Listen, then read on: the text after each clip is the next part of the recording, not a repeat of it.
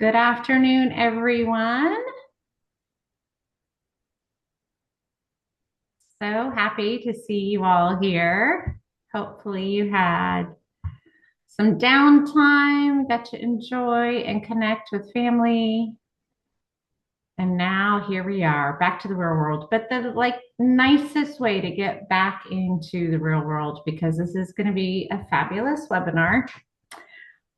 We are going to be talking about the ABCs of media responses with Anakaren Ureño. And I'm going to tell you a little bit about her before we start. By the way, I'm Trinette Markey, your executive director.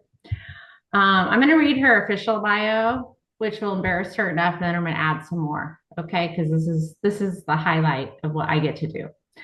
Um, Anakaren is a seasoned PR professional with over a decade of experience in strategic communication. She earned her bachelor's degree in communications with a concentration in PR from CSU Fullerton in 2013, followed by a master's in communication and media studies. Her career began at a PR agency in Orange County, where she developed strategic communication plans, managed client relations, and executed a wide range of initiatives, including media outreach, website management, and content creation for clients across a variety of industries. After her time at the agency, Anakaren transitioned into educational communications, serving as a marketing specialist for the CSU Fullerton College of Communications, where she worked closely with the dean to lead both external and internal marketing efforts. In 2017, she joined Laguna Beach Unified as a comms specialist and later took on the role of PIO at the Los Angeles County Office of Ed, where she played a pivotal role in COVID-19 response communications. Can y'all imagine being at the LA County Office of Ed during COVID? We'll have to make that a different webinar, Anna Karen, because I want to hear about it. In November of 2022, she returned to Laguna Beach Unified as the Director of Communications and Engagement, overseeing public information and community engagement efforts.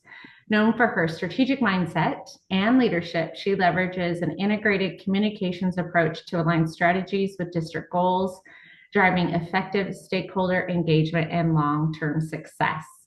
And now to add the other stuff that I promised, she is one of the loveliest people you will ever meet in school PR. I mean, you all are amazing, but really, if you get the chance to say hello to her at a CalSPRA event, not only will she be a fantastic friend, but she is one of the smartest people I know. Every time I have a conversation with Anakaren, I learn something. So you guys are in for a real treat today. Anakaren, take it away. Thank you so much for such an incredible introduction that I do not feel worthy of receiving, given that I cannot figure out my screen share now. There it is. I think, okay. um, Trinette gave a quick background, so I'll skip over my initial bio and just jump right into the presentation today. If you had a chance to join us at CalSPRA this year, I shared it for the first time there, but really, I think when I was putting it together, tried to take into consideration the variety of issues related to media relations that we navigate in K-12 communications and tried to make it as applicable to that as possible. So I will. She gave my quick background. I do have a background in public relations and a master's in communications, where I describe the study there as more focused on like the science of communications, really diving deeper into how do we measure, how do we have conversations with our different community members about measurable communications and driving uh, communications efforts based on goals versus ideas or things that we enjoy doing. So I'll talk a lot about what I feel is central to really any communications approach. And the more that you embed it into your like biology of response, the more the less time that you have to spend on it, and the more intuitive that your communications are in terms of knowing your audience. And then I'll give an overview of the ABC response strategy, which kind of uses that acronym to spell out three pretty simple steps. that you can use when you're considering your media responses. Some of the legal considerations and constraints here in California that we navigate, and some of the work that you could be doing now, unless you're already in the middle of a crisis, but some of the work that you could be doing in the in between to lay a really strong foundation that allows for a more agile response. And I'll share a case study about an incident that we had with some national news coverage and how we used that strategy effectively. So I talk about knowing your audience, and I'll use my community as an example of the different areas that I look at when I'm working with any community. And I like in most areas, you'll get two different recommendations in terms of how to do a quick audience analysis. And you have recommendations on the SWOT, I think is the most popular. The PEST acronym I've found to be most useful in the environments that we operate within because it narrows it to really specific areas that education interconnects with and is inevitably influenced by. So where you have the SWOT that I think is a little bit more broad, you could go anywhere with strengths, weaknesses, opportunities, depending on the context. The PEST approach forces you to look really at the politics and not just the present day politics, but often it puts you in a state of mind of considering the history of politics. You may have had communities who've changed demographics over the course of time, and so their politics have naturally changed, and that has an influence. And that's tied as well to the economic in terms of, you're looking at the area, the access to resources they have, if it's rural and social, and that it is woven in with the political and the technological evolution. We often, I think, in communications, we're moving at the rate of evolution, and so we want to assume that all of our communities are moving at that same speed. Technology is really important to consider in areas that are perhaps more rural or perhaps have an aging population. And that all ties together to give you not only a state of what are some cultural competency in terms of what should I be aware of, what are some landmines that I don't want to step into. And it also helps you design a response that reaches your audience where they are. So, for example, if you have under technology an aging community, their behaviors are probably not aligned with a response that's leaning on social media or the internet. You may want to consider some more traditional methods. So I lean really heavily on that acronym as an approach to studying my audience quickly and within different dynamics. Because while my audience may change, the issue and how they respond to that may change depending on the circumstance that we're navigating. So here in Laguna Beach, we have 4 schools, which is obviously relatively small and a student enrollment under 3,000. Our demographics in terms of the areas, the specialized populations that the state measures are probably not what you would expect in an affluent community like Laguna Beach. So this is where I say it's important because now I'm aware that I'm working with a community that is perceived as really affluent. I also have a chunk, which is significant, 20%, that are qualifying as economically disadvantaged. And so I need to be mindful of that in my communications in the same way that I need to be mindful of my community of families that support students with disabilities. Um, the other component related to funding, and it may or may not impact you, but here in Laguna Beach, we're a community funded school district. We are still receiving funding from property taxes. The way that the state funnels that money to us is different. That creates a different relationship between residents, constituents, voters, and the school district that serves their community. And at the same time, I also have a really highly educated community with more than 75% have bachelor's degrees and over 36% have graduate degrees.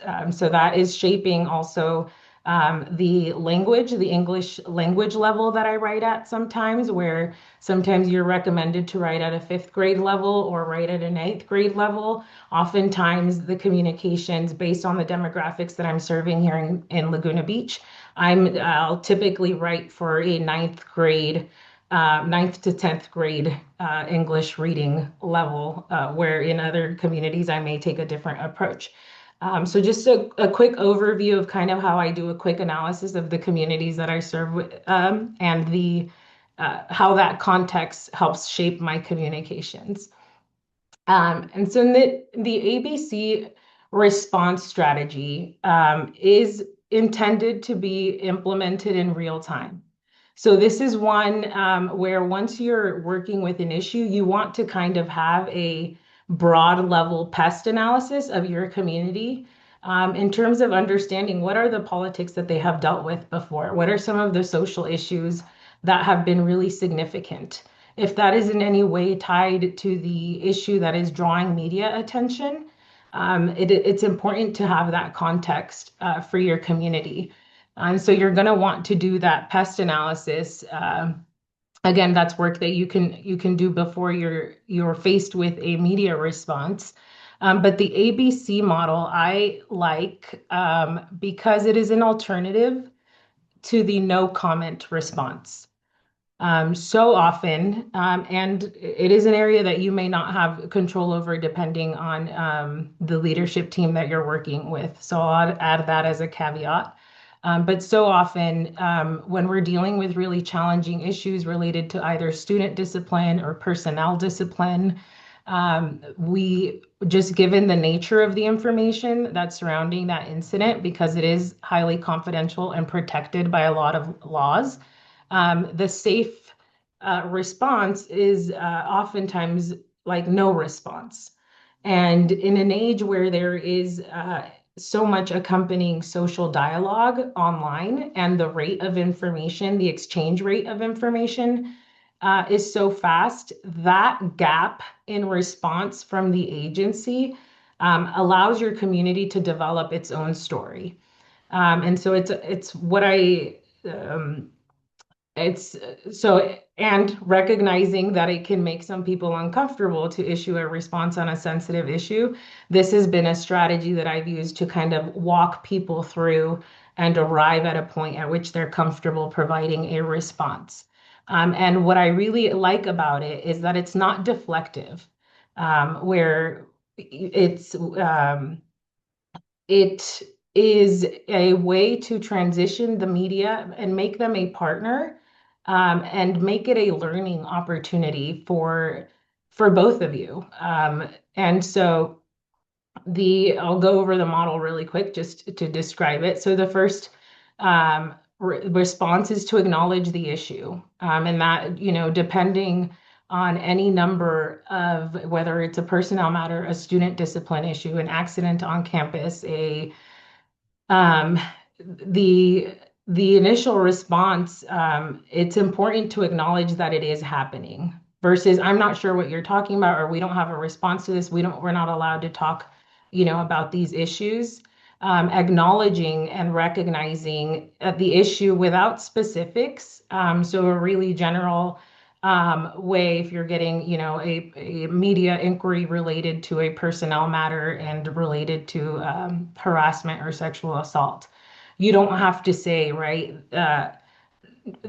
yes, a staff member is under investigation for this issue. That is really specific. However, you can acknowledge that, whenever there is an issue on campus related to this, it creates significant concern for our community. And so you're not giving specifics, but you're leaning into the emotion of recognizing that this is a significant issue. If there's media interest, then it's likely that your community has interest. Whether or not we, decide that it's a nothing burger, it has attention because there is interest. And so acknowledging that up front, and recognizing that issue, and then bridging. Anytime that there are, issues related to staff discipline, it is really important that we investigate these. And again, adding layering without specifics, and then connecting with what your district's or your agency's values are. We don't. I don't need to say yes. This person has done this something, and we don't agree. This issue has happened. It is really significant to our community, and we do not believe in this or don't tolerate this, or it's not in alignment with our district's mission and values. You have either established goals or values that you can lean on. And I will actually say with 100% certainty that there is likely not any bylaw or policy or written administrative regulation that endorses negative behavior. And so you can say that with high confidence, we do not endorse this behavior. Just because it's happened. I think the key with this strategy is acknowledging that an incident has happened without allowing it to become what is representative of your district, if that makes sense. So you can have an incident that's related to, difficult personnel issues. You can still have also high performing schools, really high quality educators, and separating the issues is key with that C, is you're communicating and connecting it to what your actual values are.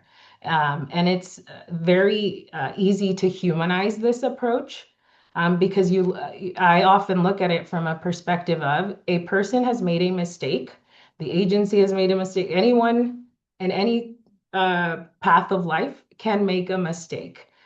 And that is human. Just as an agency whose predominant service is to serve humans, you can make mistakes, you can make errors, you can have errors in judgment. And so acknowledging that humanizes your organization and how you respond to that situation just as humans. How do I move forward from a negative, situation? Do I have that candid conversation?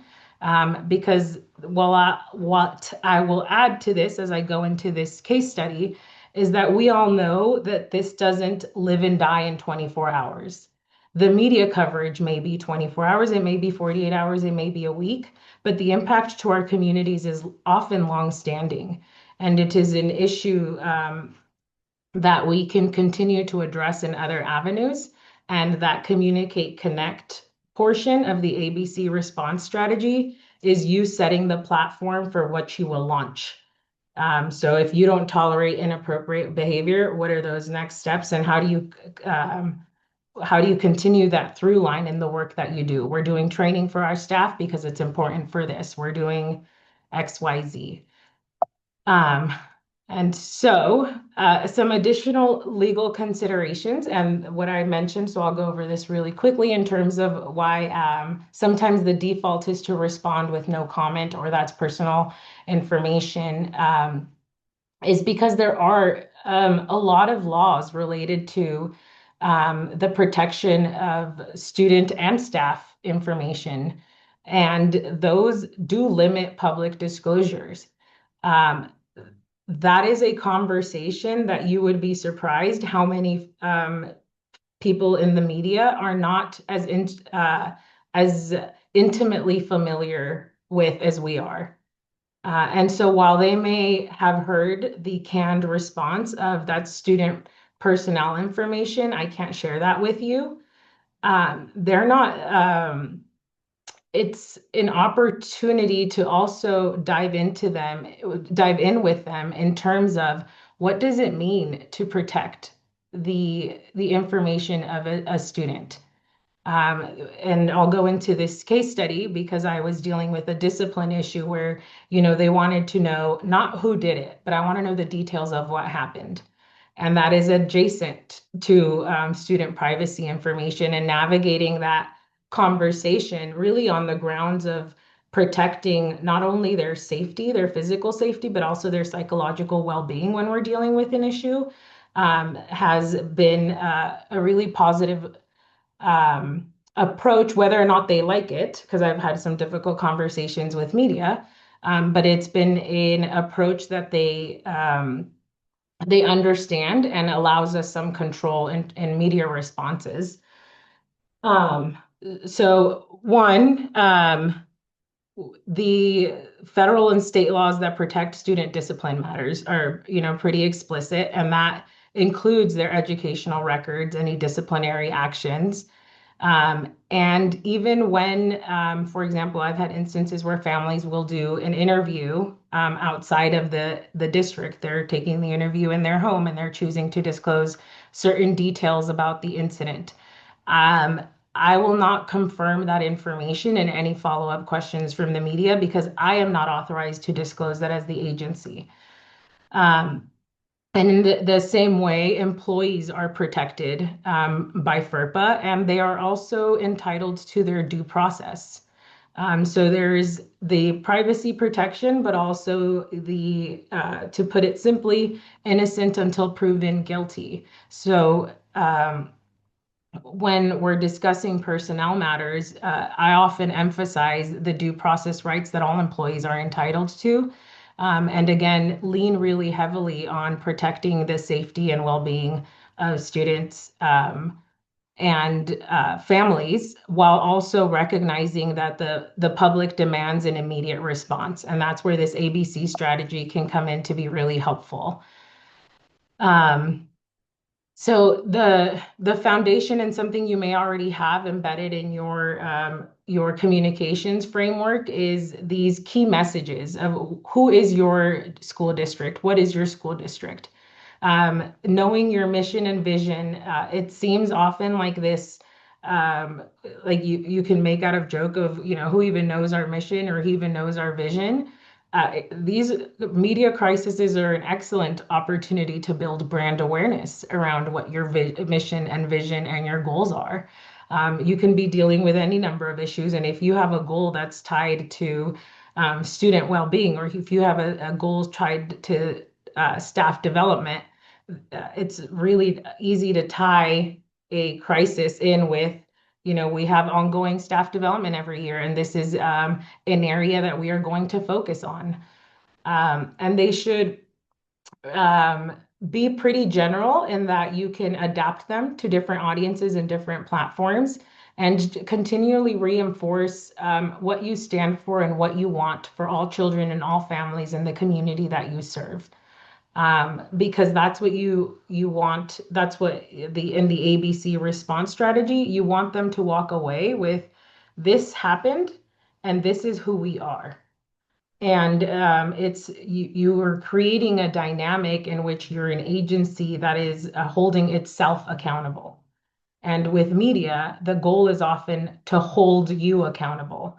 That is the goal of a, media blitz. If you're getting hit with broadcast media, or if you have social media blowing up, they're oftentimes at the root of the public demand for information is a sense of something has been wronged, and we as the public need to hold you accountable so that you can right this wrong. When you are preemptively addressing what your plans are in terms of addressing this issue, uh, you almost kill the story with that response alone. Yes, this is an issue and this is what we're doing about it. And when their follow-up response is like, well, what are you going to do about it? Well, I just told you what I was going to do about it. Because they're so used to demanding responses from you that if you can take an approach where you acknowledge an issue and you acknowledge an opportunity to address the issue within your district goals or your values or your mission, you're almost taking the words out of their mouth before they deliver it. So looking at a case study a few years ago, or a year and a half ago, just as Chat GPT was blowing up and access to that was made more widespread, especially amongst youth, um, we had an incident, and I'll give some context later, but we had an incident where a student used AI to generate and then share explicit images of a fellow peer on campus. Um, this was on the heels of a few other, when I talk about the pest and the social and political, it was on the heels of a few other incidents here in our community that hadn't made the news, but the community was aware of, related to the sharing of explicit images. And so that context was really important for me to have, and I had it before the situation, because this wasn't an incident that I could acknowledge as this like one-off situation that, that never happened before, and there's no issue here.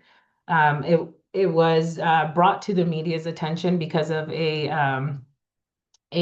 parent who was frustrated and shared the information with our local broadcast media, and it got picked up and it blew up. So we had two of those things happening. We had a history of prior incidents, and then this news story blowing up. And also the context at the time for AI related to student discipline was really murky. We had a lot of outstanding questions related to what is the authority of a school system. And that will happen. I believe probably any number of people on this have experienced an incident where the student behavior is ahead of the legislation. And that is very commonplace at the rate that our legislative affairs move. And so it is not unique for you to be in a situation where the incident has proceeded. What do we do legally?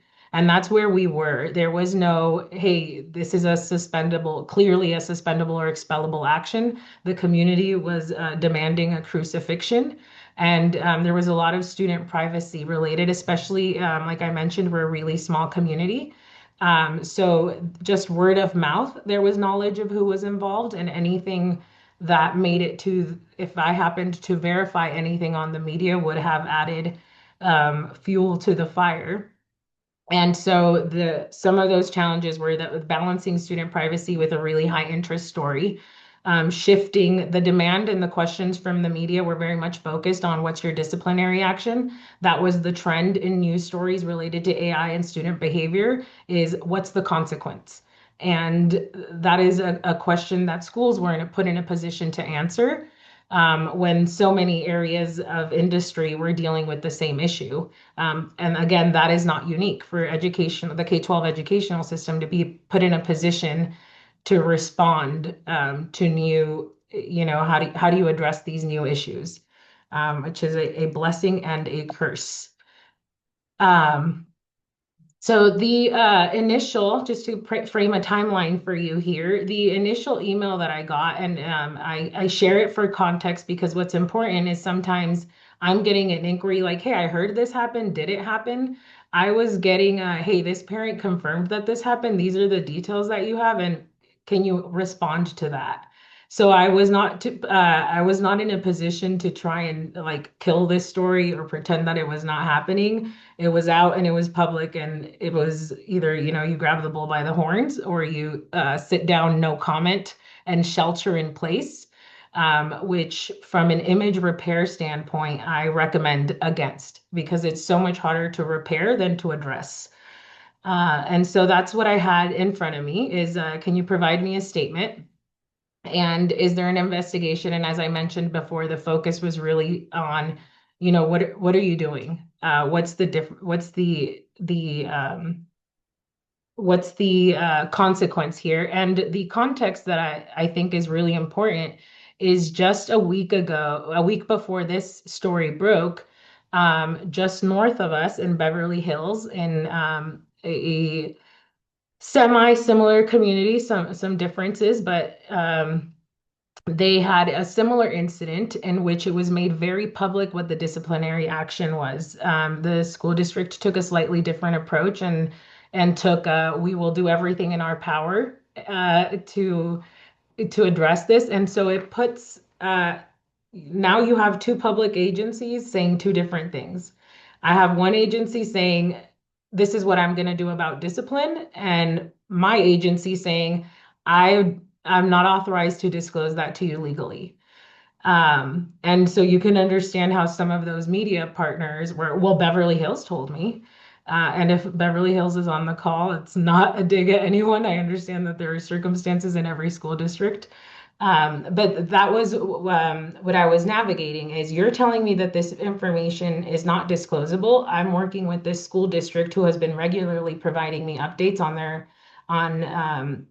on what they're doing and what the consequences are going to be for the student. So why can't you tell me? And that was I issued a formal statement in which we acknowledged the confidential privacy information so that I had something in writing. I also had a lot of phone calls. I spent a lot of time, especially with the prime media in terms of ABC7, CBS, and NBC, just doing direct phone time with as much patience as you can muster to walk through. If I were to share this with you, then you can understand this, or you can create this. And it's a going back and really humanizing. Like if this were your child, I would not want my child's mistake plastered across the news media because they made a really poor decision before their frontal lobe was developed. And that was kind of the nuance of our holding statement. And this is a really long holding statement. So I'm going to acknowledge that up front because then I'll give you insight into what my kind of strategy is when I'm writing them. Um, they're long. I also know that in every scenario that I've dealt with the media, they have never issued my statement exactly as I have posted it. They have either manipulated it or moved it around or shared excerpts of it.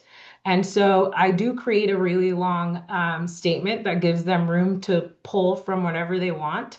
What I will do before I issue it is usually mismatch or marry sentences around to see if it still delivers a message that I am comfortable with. So, like in this scenario, we're required, if they take the first statement, we're required by law to keep student discipline matters confidential to protect the privacy and well-being of our students. And then they close out B because that is often not of interest to the media, is what I'm going to do about it.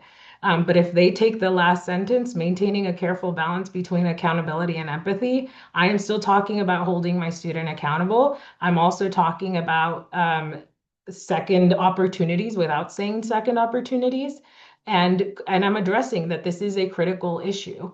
And so typically, while it is a long message when you fit in all the components of the ABC, that will be your editing process is when you're editing it down to make sure that any sentence that you pull and piece together still delivers a statement that you are comfortable with and that reinforces some of your values as an organization.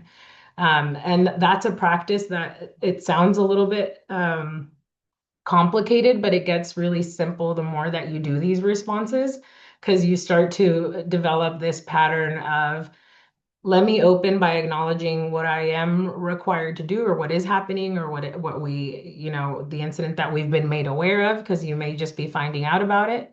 And then also, what are the different parameters that you're considering or the different implications that this could have? And on any front, the goal then is to give them something that they can make their own and still delivers the message that you would like, if that makes sense. So it's a little bit of playing jigsaw with words and sentences there to make sure that those key messages get delivered. And when possible, we again small community with a single municipality and a really strong relationship with our local law enforcement. So whenever you do have the opportunity, not only to meet those folks, connect with those individuals, the PIOs at your local law enforcement agencies or city offices, just so that you have a point of contact. And I know that's a recommendation that comes out of every single CalSPR that I've gone to in any emergency planning meeting is just have the contact. What we had in this situation is I was getting lit up by the media. I didn't realize that they were also reaching out to our local PD.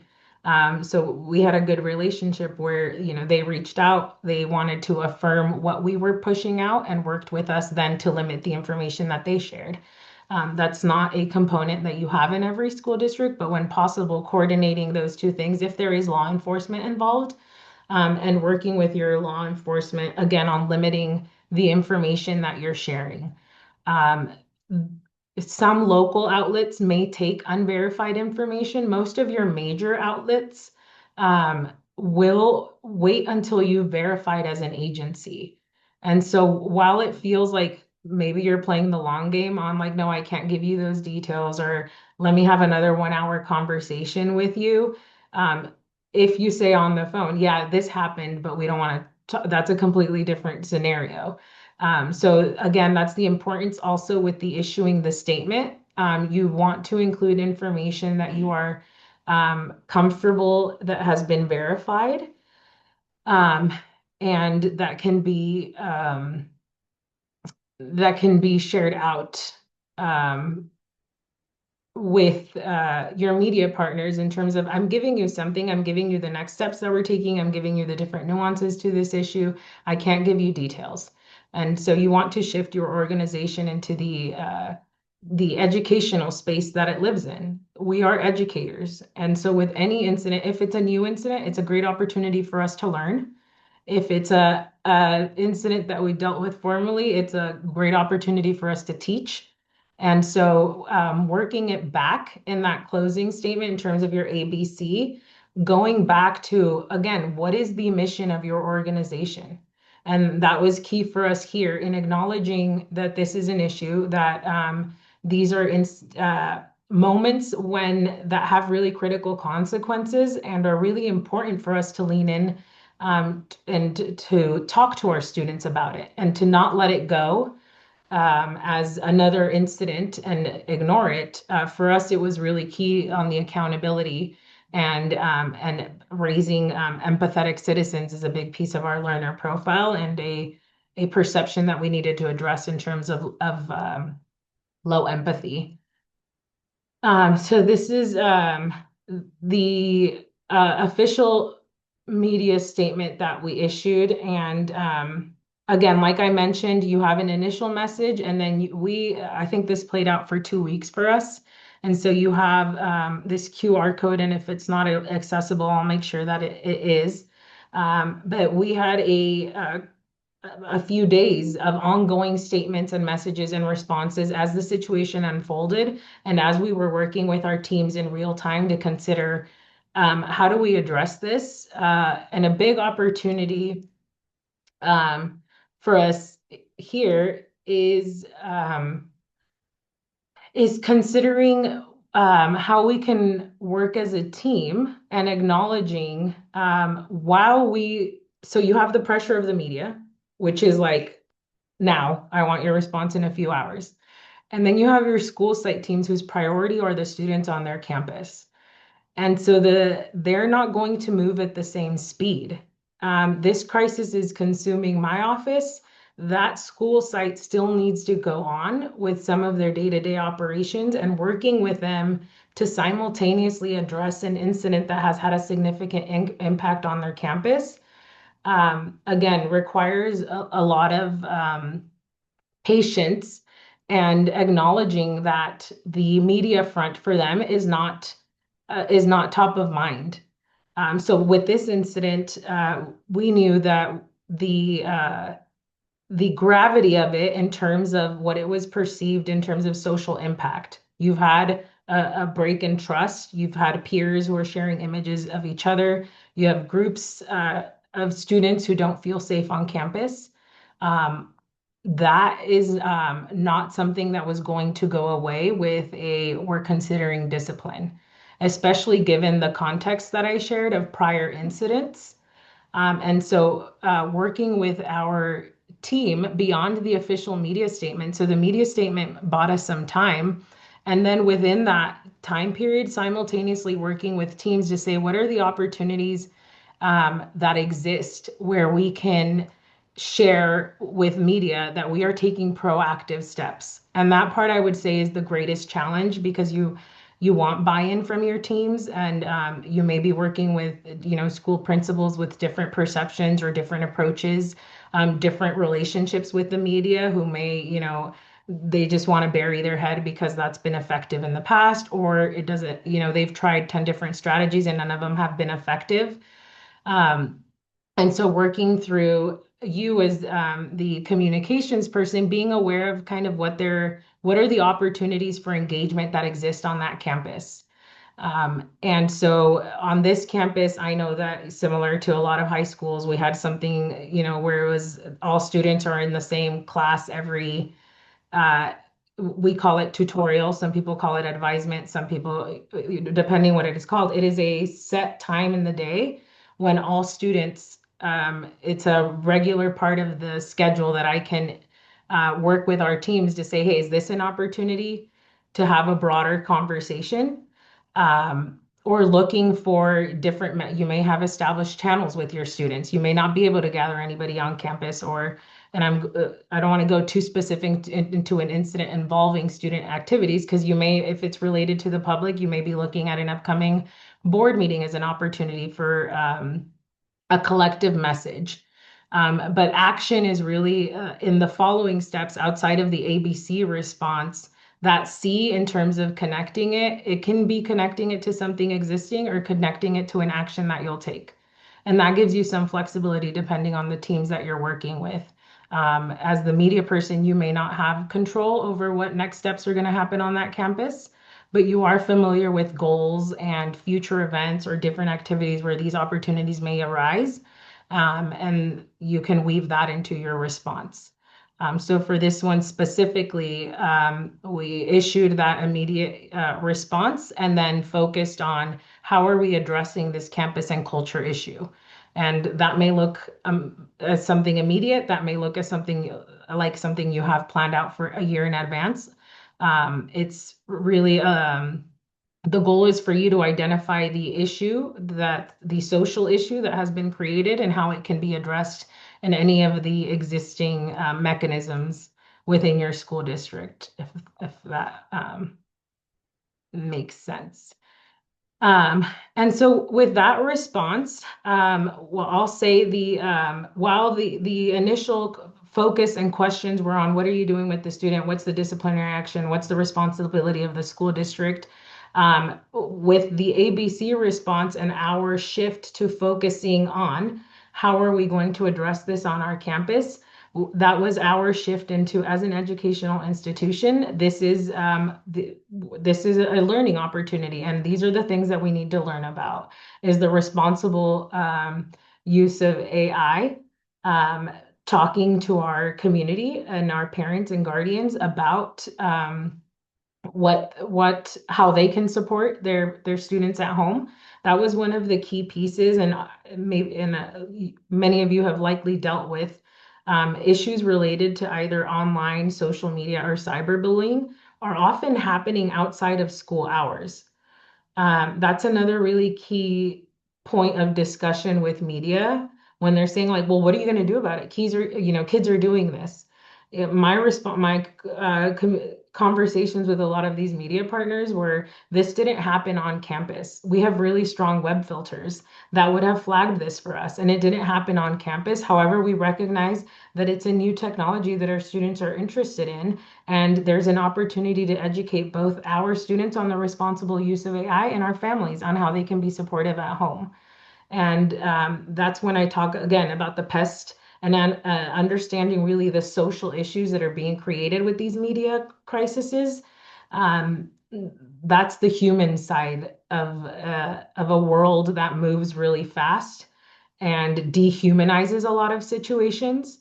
When we I've found that using this approach has created a lot of opportunities for a lot of candid conversations with the media on, oh, I didn't know that you guys had to go through that, or I didn't know that if you do this, it does that. I didn't know that there was ed code that stipulates what's expellable. That has been a really fun conversation for me this past year. Is like, no, we don't just get to decide. There's actually laws that we have to follow, and that is an area when I think the way that I've looked at it is, if I didn't live in education, what are some of the assumptions that I had about this world in terms of what are the authorities that district administrators have? What are the authorities that boards have? And in these instances is oftentimes when the media is trying to simplify it in a way what are you going to do about it? And I can say, well, we're not going to do anything about it. Or I can say, the law stipulates that when this happens, this is the party that's responsible for overseeing this. So we have to work with them through this. And that's a different approach. And so walking them through what your day-to-day life looks like in terms of what are all the different considerations that I bring in, And sometimes they'll make time for you, sometimes they won't. But at least they'll find in you a partner who is willing to give them some insight into the industry. Um, and so I'll close with kind of what I've shared throughout this, that the incidents vary and they're across the board on a number of topics. The ABC response is not a one and done. It is a way to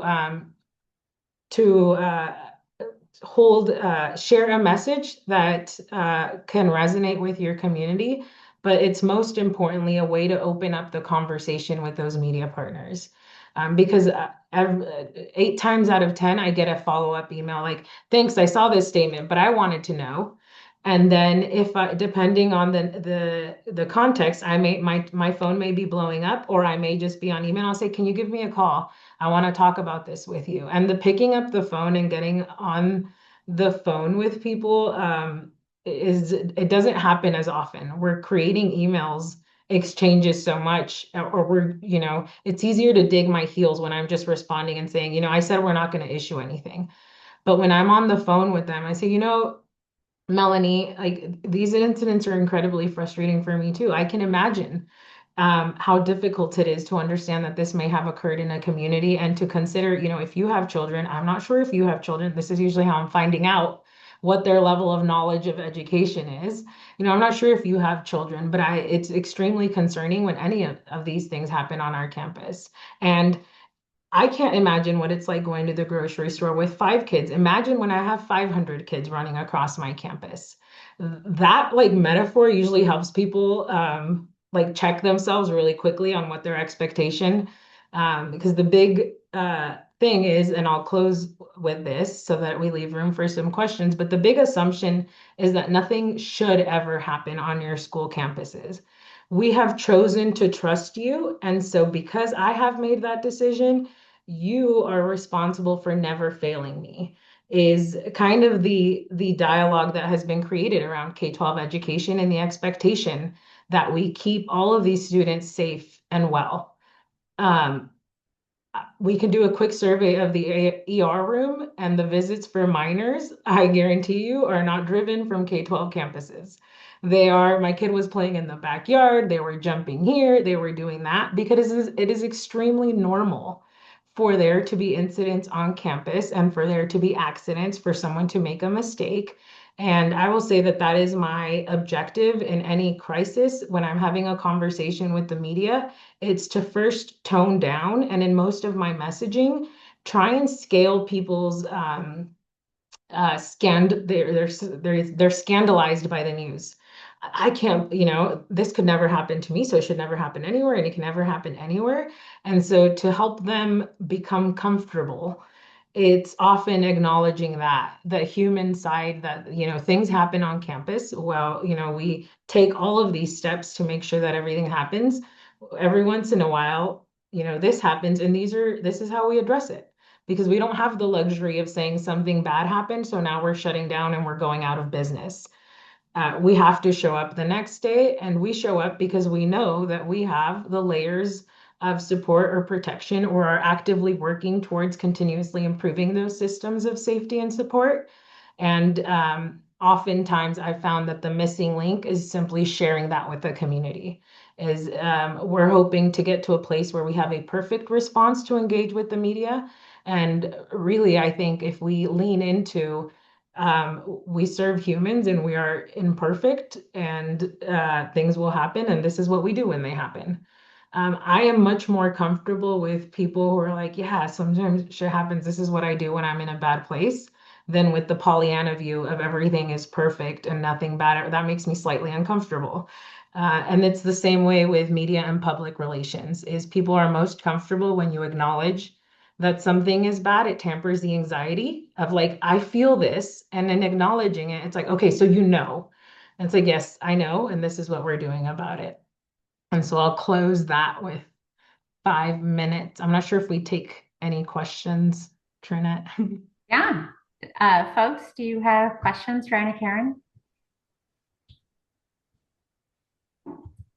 I have one as people are having their questions percolate. I'll take up a little bit of time. It occurred to me as you were describing this method, it could be just your outward persona, but you seem very calm as you're talking about what could be like really awful things or really scandalous things or emergency things. Do you always feel that way on the inside? And also, do you have any advice for people on how to be more calm when they're responding to some of these extreme situations? I will say it is a mix of both. And so there is out, so I to answer your question with this specific incident, that email came in at 9. And I was actually watching something work related. I was at a play and I saw it at the intermission. And I was like, I think I can curse on here. So I was like, oh shit. And I was following the Beverly Hills story. So I was like, oh, this is not good. And so, um, there was an initial like, this is not good. I think the other piece of advice that I got, two pieces of advice that I got some years ago. One, if you're not feeling a little bit nervous, something's off. And I will say that it is always a gamble. And that is probably the hardest part of our job as communicators, and especially in a crisis, when you're dealing with a media crisis, is you're making a recommendation, and it is very, very, very slim chance that I can say with 100% certainty that this is going to work. It is, I'm sure it happens in other industries, but the nature of the human aspect of this is always, I think, going to be a gamble. And it's one of those, so there is a sense of nerves that I have. The second piece of advice that I got is none of this is new. And that has proven while maybe the characters or the pieces or the game pieces change a little bit, um, most of the incidents that we've dealt with in education, and our tech officer gave me the best example when we were working with this AI issue. He's like, he's older than me. He's like, Anakaren, I was dealing with this when kids were cutting, faces off their out of the yearbook and pasting them on, Playboy pictures and then scanning them and sharing them. If anyone's seen the what's the Mandy Moore movie with the um it'll A Walk to Remember. They do that to her at school and plaster it all over the place. So he's like, this is not new.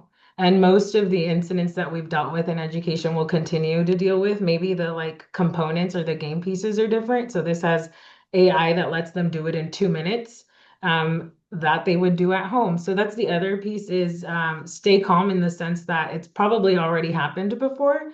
And in a media crisis, what makes me feel the most calm is like a worst case scenario is me not responding at all and this shit blowing up. Like there is room to put out a bad response. So I will not diminish that risk. There is room to put out a bad response, but if you've done that pre-work of pest and you know your community, you know the folks that you're working with, you're minimizing the risk that you're taking. All right. Any additional questions? All right, then. Thank you guys so much for investing in yourselves. And Anakaren, thank you again. You're always so generous and wise. I really just enjoy sitting here and listening. I have a few things to let you guys know about. I will put in the chat. And the one that is coming up right around the corner. Well, I guess it's a couple weeks. The Calspera Holiday Idea Share is back. We had such a great time last year. You all brought amazing things to that event. It wasn't even just all tech. There were so many like just smart, like improve your life, improve, your sleep, make sure you're hydrating and all these like little tips and tricks. So don't think like, oh, I'm not on the like cutting edge of tech, so I don't have anything to offer. There were so many wonderful things. And people who just came to listen ended up by the end going, oh, wait a second, I think I do have something that I can share with everyone because this is a tough job. And so anything that we can share with each other to make it a little bit easier is always appreciated. So thanks again. Hope to see you at the Idea Share or any other upcoming CalSPRA event. Take care, everyone. Have a wonderful holiday season. And Anakaren, thank you again. You were awesome. Thank you guys for hanging out. Happy Monday. Yes, it is. Thank you. It was excellent. Thank you, Kelly. See you guys on the 16th. All right. See you then. Bye, everyone. Bye.